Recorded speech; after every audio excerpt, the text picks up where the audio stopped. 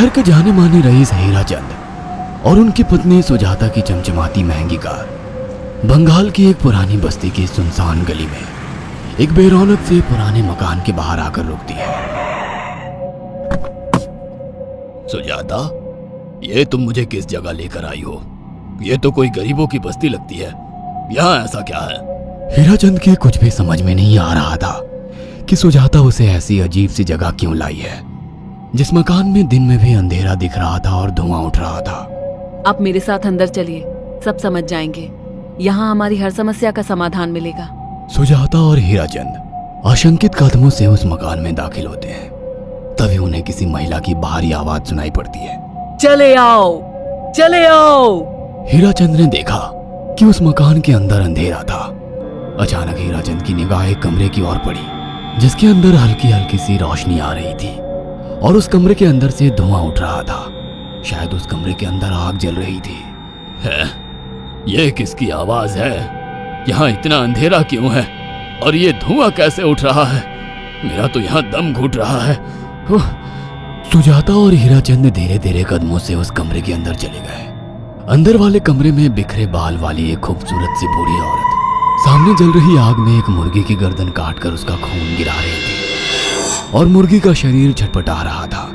ये देखकर सुजाता को उबकाई आने लगी। हीराचंद ने सुजाता की ओर देखकर कहा, तुम ही मुझे यहाँ लेकर आई हो और खुद ही घबरा रही हो। कौन है ये भयानक सी शक्ल वाली औरत और हम यहाँ क्यों आए हैं? अचानक उस औरत ने एक झटके में मुर्गे की गर्दन धड़ से अलग कर दी। ये देखकर सुजाता के मुंह से चीख निकल गई और सेठ हीराचंद भी सहम गया। वो बहुत डरावना नजारा था। ये अघोरा ताई हैं। ये हमें अपनी काली तंत्र विद्या से संतान सुख प्रदान कर सकती हैं। इसलिए मैं आपको यहाँ लेकर आई हूँ। कैसी बात करती हो? जहाँ बड़े से बड़े डॉक्टर सफल नहीं हुए, वहाँ ये मामूली औरत क्या कर लेगी? हीराचंद की बात सुनकर अघोरी ताई ने गुस्से से हीराचंद की ओर देखकर कहा, नादान हीराचंद, काली विद्या में इतनी शक्ति है कि मरे को भी जिंदा कर दे। संतान पैदा कराना कौन सा मुश्किल है? तुम्हें मेरा नाम कैसे पता? क्या तुम सच में हमें संतान सुख दिला सकती हो? तुम जितनी दौलत मांगोगी मिल जाएगी, अगर ये संभव है तो। संतान का नाम सुनते ही हीराचंद की आंखों में चमक आ गई। वह संतान के लिए कुछ भी कर सकता था। तुम लोगों को मुझे एक नवजात शिशु लाकर देना होगा।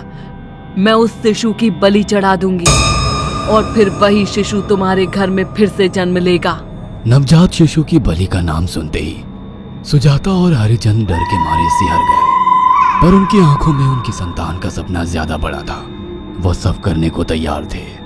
अघोरा ताई, आप जैसा कहेंगे हम वैसा करेंगे। बस हमें संतान सुख दिला दो। बिना वारिस के हमारी दौलत किस काम की? संतान सुख के लिए अंधे हो चुके सुजाता और हरिचंद अपनी नौकरानी शीला से एक नवजात बच्ची चोरी करवा के अघोरी ताई को दे देते हैं।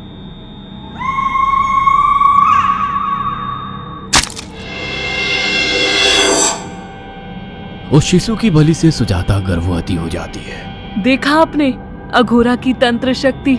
मुझे उस पर पूरा भरोसा था। चलो चलकर उन्हें धन्यवाद कहते हैं। हीराचंद और सुजाता अघोरा ताई के पास पहुंचते हैं। वो दोनों बहुत खुश थे और अघोरा पर उन्हें अंधविश्वास हो गया था। अघोरा ताई, आप महान तंत्रिका है।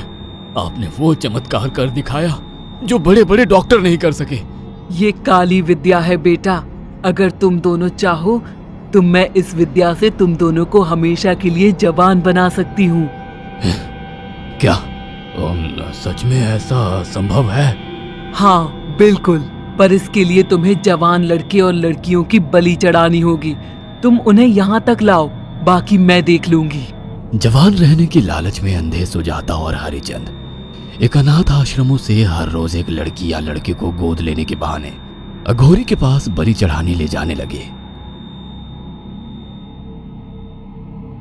और एक दिन अघोरी ताई ने हीराचंद और सुजाता से इंसानी मांस खाने को कहा।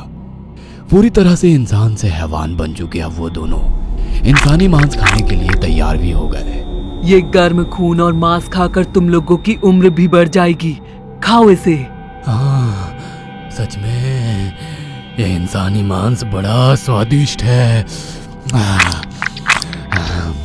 अघोरा ने अपनी बातों में फंसाकर सुजाता और हरिचंद को नरभक्षी बना दिया था। वो तीनों हर दिन बलि चढ़ाकर खून पीकर मांस खाने लगे।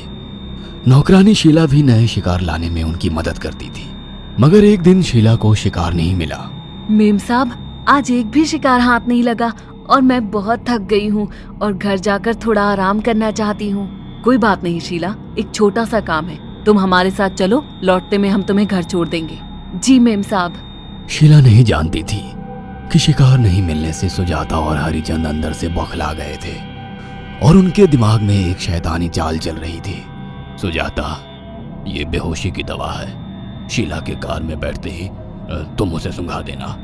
आज हमें इसी की बलि देनी होगी। इसने हमारे यहाँ का बहुत खाना खाया, अब हम लोग इसे खाएंगे। वैसे भी ये आगे चल के हमारे लिए खतरा बन सकती थी। कार में बैठते ही सुजाता शीला को बेहोश कर देती है और वो लोग सीधे अघोरी ताई के यहाँ पहुंच जाते हैं, जहाँ अघोरी ताई शीला की बलि चढ़ा देती है और तीनों मिलकर उसे नोच कर खाते हैं। अघोरी ताई, हमको बलि चढ़ाते हुए पूरा 1 साल हो गया है। हमारा बेटा भी साल भर का हो चुका है। अब और कितनी बलि देनी होगी? बस एक आखिरी क्रिया और बची है, उसके बाद तुम दोनों हमेशा के लिए जवान हो जाओगे। कैसी क्रिया अघोरा ताई? 3 दिन बाद सूर्य ग्रहण है, हमें पास के घने जंगल में एक विशेष क्रिया करनी होगी। उसके बाद तुम लोग कभी बूढ़े नहीं होगे। कितना अच्छा होगा, हम हमेशा जवान रहेंगे और सालों साल तक अपनी दौलत से ऐश करेंगे। हाँ, सच कहा। अघोरा ताई ने हमारे हर सपने पूरे कर दिए।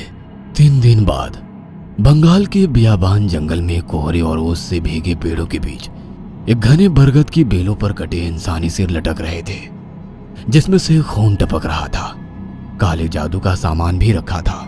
कितनी भयानक जगह है ये, हर तरफ कटे हुए सर लटक रहे हैं। थोड़ी देर में सब समझ जाओगे। बैठ जाओ और मेरे साथ ये मंत्र दोहराओ।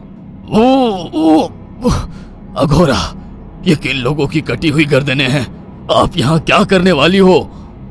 हीराचंद की बात सुनकर अघोरा जोर जोर से हंसने लगी और उसने एक शैतानी हंसी हंसते हुए हीराचंद की ओर देखकर कहा,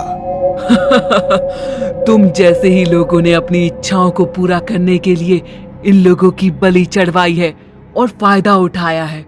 अब तुम दोनों आंखें बंद करके यहाँ बैठ जाओ और मेरे साथ मंत्रों को दोहराते जाओ।